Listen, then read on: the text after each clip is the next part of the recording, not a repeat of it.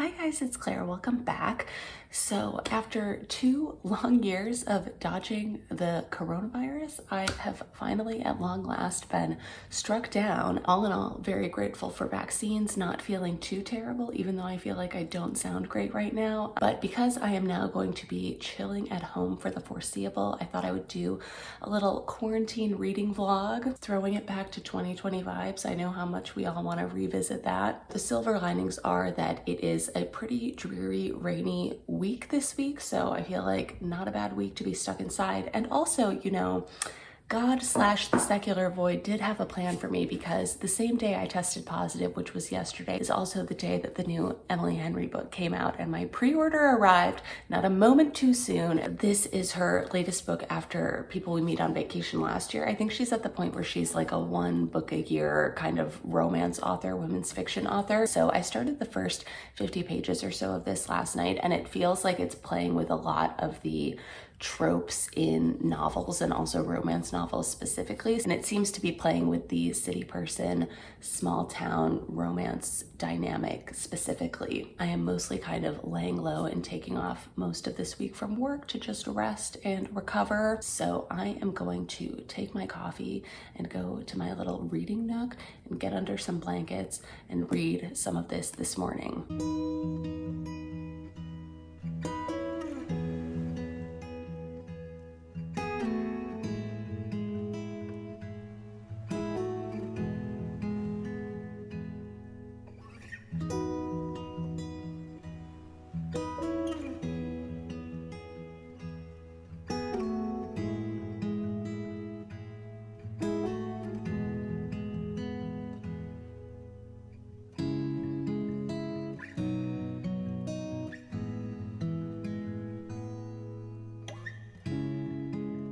Hello, checking in because I have spent most of yesterday and today blitzing through Book Lovers by Emily Henry. And you know, I have to say, I think Emily Henry has done it again. And I think this actually might be my favorite so far out of her 3 rom-com women's fiction books that she's written in the last few years. This one follows Nora Stevens, who is a literary agent, and Charlie Lastra, who is an editor. They are both hardworking, type A, intense New York City people, sort of professional rivals with really toxic work-life balance, who find themselves in the same small town in North Carolina one summer. Very Hallmark movie, small town romance vibes, except the whole kind of conceit of this book is that it is an inversion or subversion of all of the tropes that you might expect from that small town romance genre. And while it is in some ways a celebration of small towns, it is also very much a celebration of cities and city people, and New York City in particular. And so I think that this is, like Emily Henry's other books, very clever and very smart and an extremely well-constructed romance. I think it's a testament to Emily Henry's writing that some of the romanticization of New York City that's in this book was not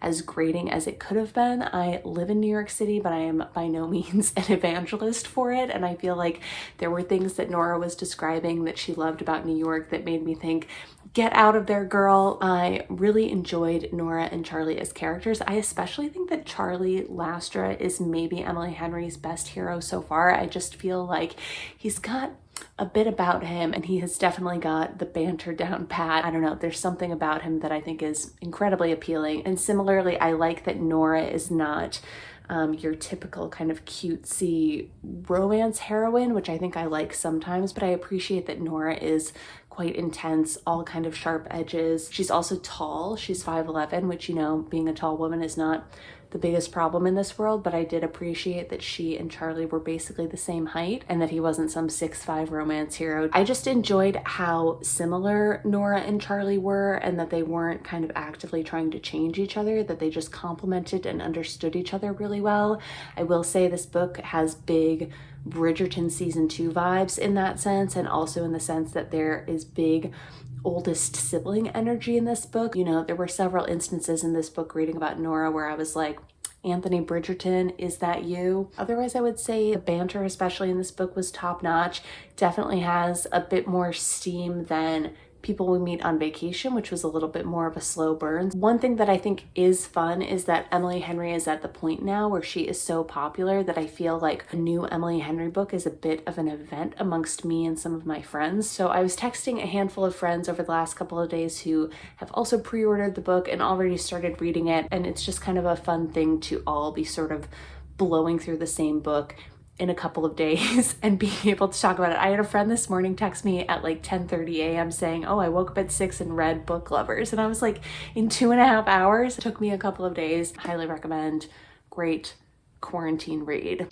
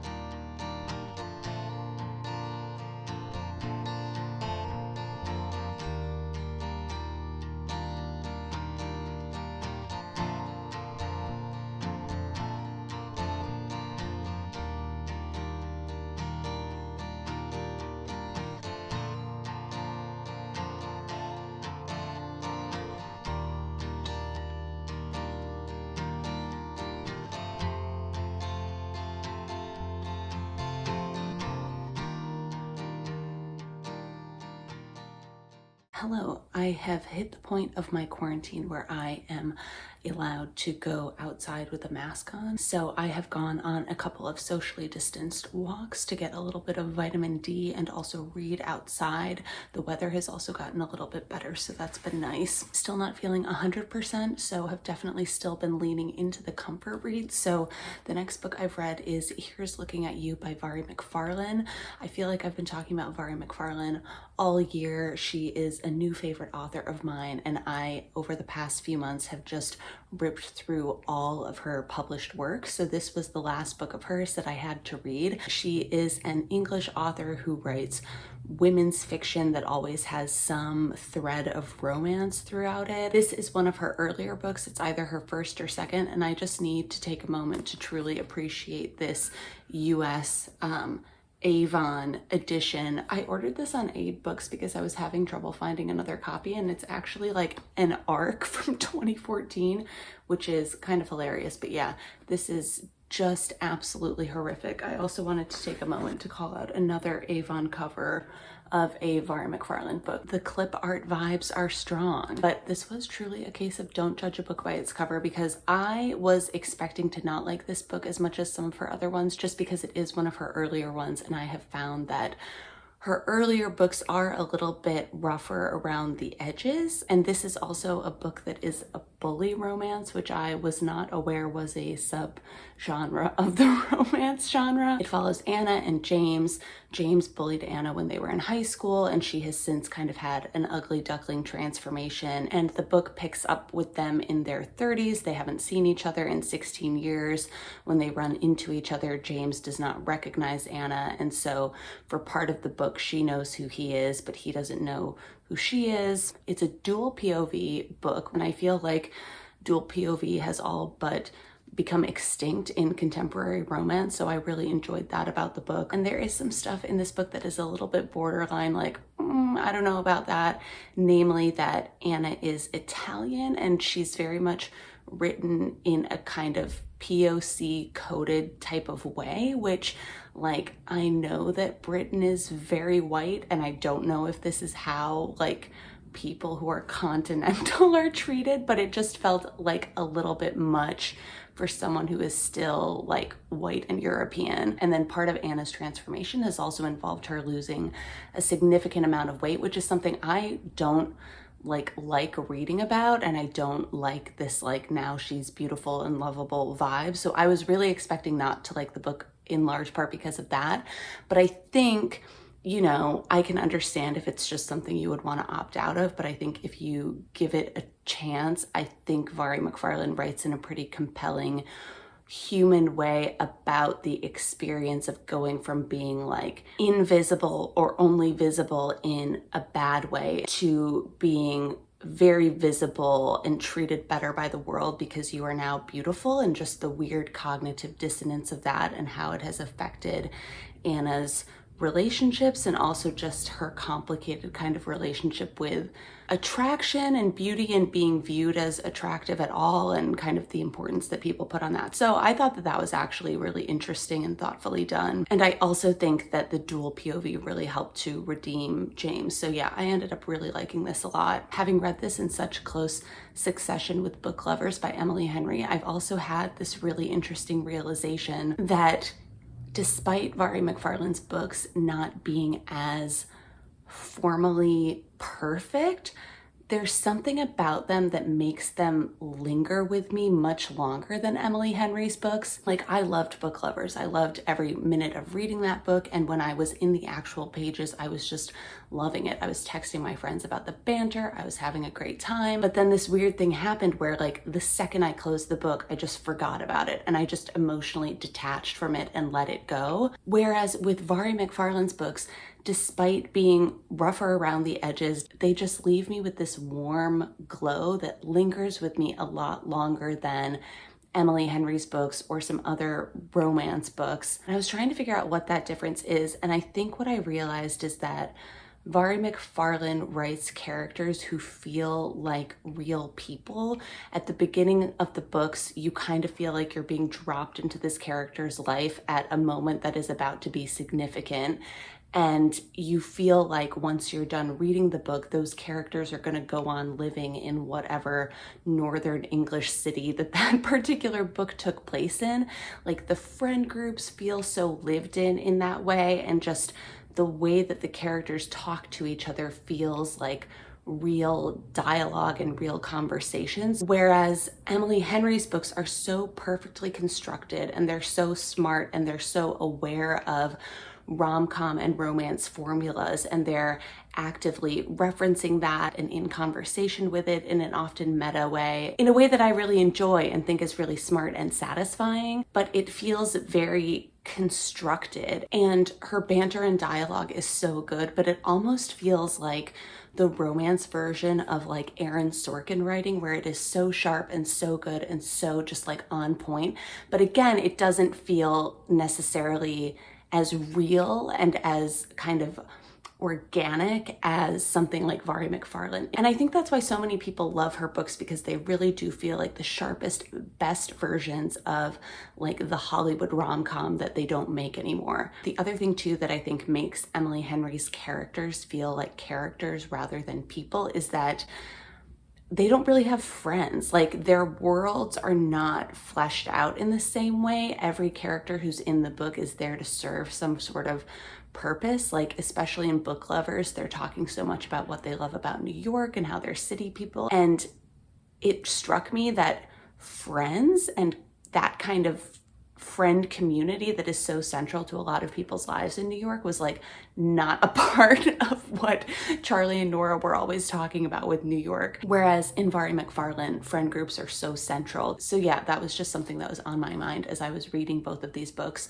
and trying to figure out why I hold Mhairi McFarlane a little bit closer to my heart, even though I think Emily Henry writes technically more perfect books. Now that I am done with my last Mhairi McFarlane book for now, I am also going to be putting together a definitive tier ranking of all of her books. I made a template for that when I was bored on Canva a few weeks ago, and I've like been waiting to be done with the last book so that I can finally do that. So depending on how long it takes me to edit this vlog, which knowing me will probably be a while, that video may be up before this one is, and if it is, I will link it above. So yeah, that's what I've been reading. I should say that my quarantine binge watches have been Heartstopper on Netflix, which several of my friends recommended, and it was incredibly sweet and wholesome and just like lovely vibes. I feel like it's left me with a bit of a TV show hangover, and so I have been filling that by just rewatching Kate and Anthony scenes from Bridgerton season 2. So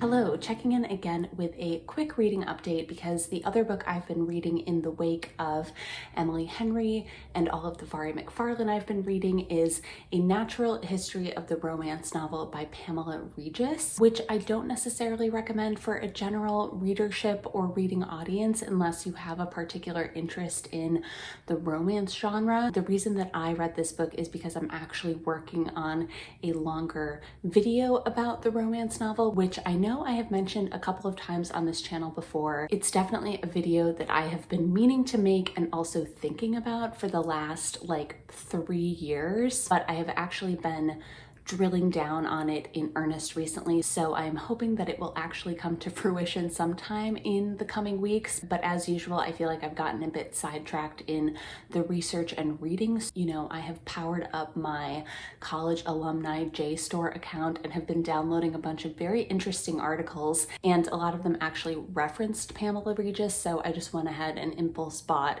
and then impulse read the entirety of this book, which was published in 2003 and basically looks at the history of the romance novel and also defines it by kind of 8 elements that Pamela Regis has identified as being essential to the romance novel. And then she goes through a number of different famous romance novelists, from Jane Austen, who she argues was one of the original prominent romance novelists in the English language, up through Georgette Heyer, and then touching on some more modern romance novelists like Nora Roberts. So there is a lot of close reading here, and she kind of has a sort of repetitive style where she's trying to identify some of these key elements of the romance novel in each of these authors' works. But I do think that there are some good nuggets in here, and I also think what helps distinguish this book is that she is trying to make an argument for not just looking at romance novels as a kind of cultural object or a kind of popular commodity to be studied, but instead she is arguing that these are actual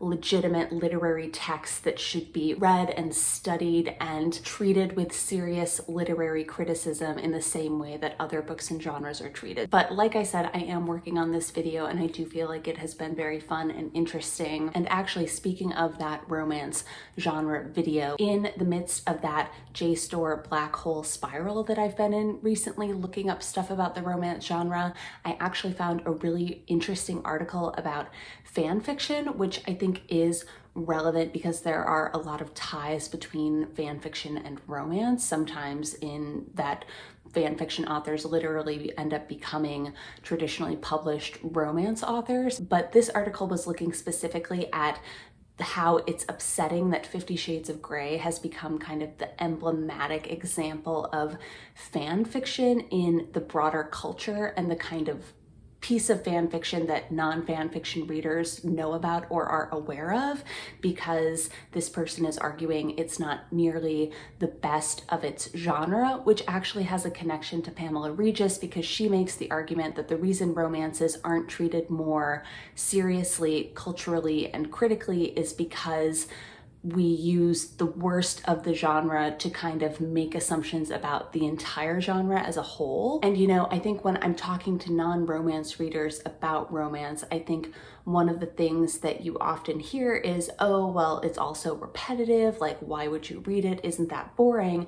And so this nugget from this article about fan fiction was really interesting to me because it's talking about fan fiction as this kind of broad archive. It says, genre fiction and fan fiction make available to women abundant archives of interrelated texts about the feminine project. They enable women readers to make selections from numerous scenarios and versions of romance, sexuality, connection, bonding, yearning, denial, rejection, and release. So it is addressing the kind of issue that you have in romance, or the perceived issue people have with it, that it's so repetitive, all the stories are the same. And fan fiction is like an even more intense version of that, where it's people writing and rewriting the same stories over and over again in different ways. One enters the archive of fandom's fiction knowing that one must decide for oneself from the plethora of stories offered up up by that ever-expanding archive, which stories satisfy, which stories liberate, and which stories alienate. So I just wanted to share that because I found that incredibly interesting, and it's also a segue to my last micro recommendation, which is actually a fan fiction, which I was initially a little bit hesitant to recommend on this channel. I feel like I have not properly read fan fiction in years, but it's something that I dipped back into in the wake of Bridgerton season 2, which still has me in its powerful vice grip, I'm sorry to say. But I came across a Kate and Anthony fan fiction from a writer named Wagamiller, and it's called A Certain Step. It's 60,000 words. I read the entire thing while lying on the couch on Sunday, and I loved every minute of it. It is technically book fan fiction, so it's following some of the beats and arcs in the books rather than the show, but it was written after the casting of season 2, so it uses Kate Sharma and Edwina Sharma. I thought it was great, and I did text one of my friends who's an editor saying that they should see if Wagamiller has an agent, because I honestly think the writing in this might be better than the writing in the original books. So you're welcome to any Bridgerton, Canthony fans out there. Everyone else, feel free to disregard that.